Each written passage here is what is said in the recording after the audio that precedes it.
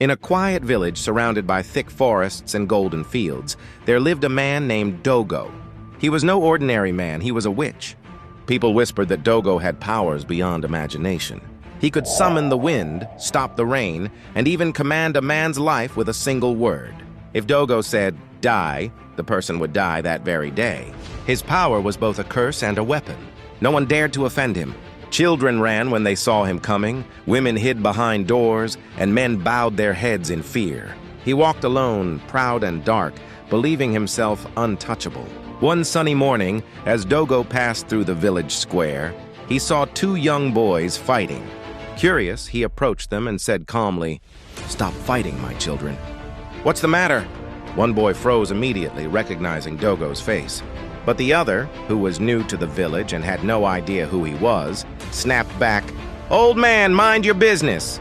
"This is not your fight," everyone watching gasped. The other boy dropped to his knees, trembling, and pleaded, "Please, Dogo, forgive him. He doesn't know who you are." But Dogo's face hardened. His eyes glowed faintly. "Then let him learn," he muttered coldly, turning away. The next morning, the rude boy was found lifeless by the river. No one needed to ask how he died. After that, fear spread like wildfire. No one spoke when Dogo was around. People avoided his path, his shadow, even his gaze.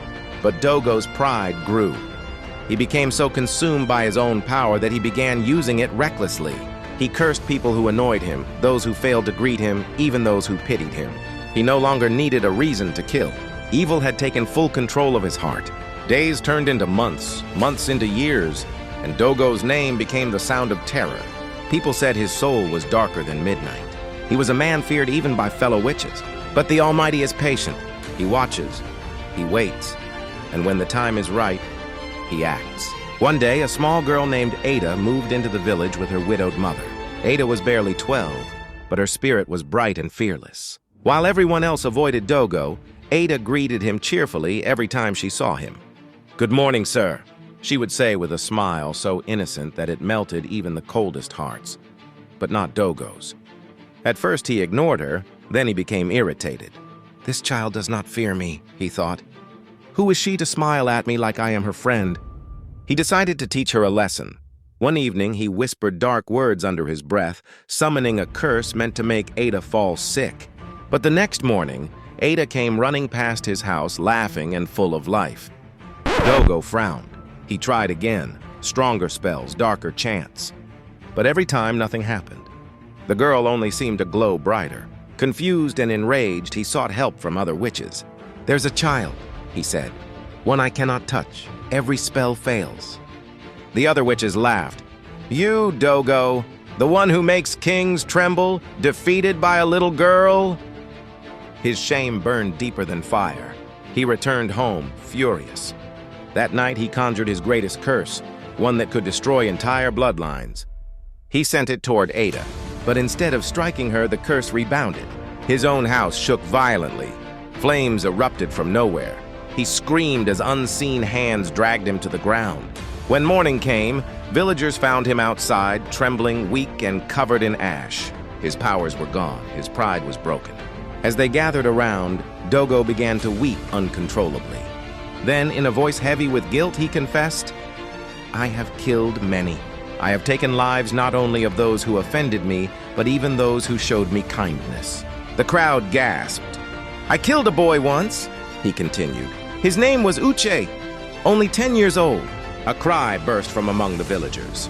"Why did you kill him?" a woman shouted. Dogo's face twisted in pain. "Because he was kind to me," he said softly. "He greeted me every day. He smiled when others ran.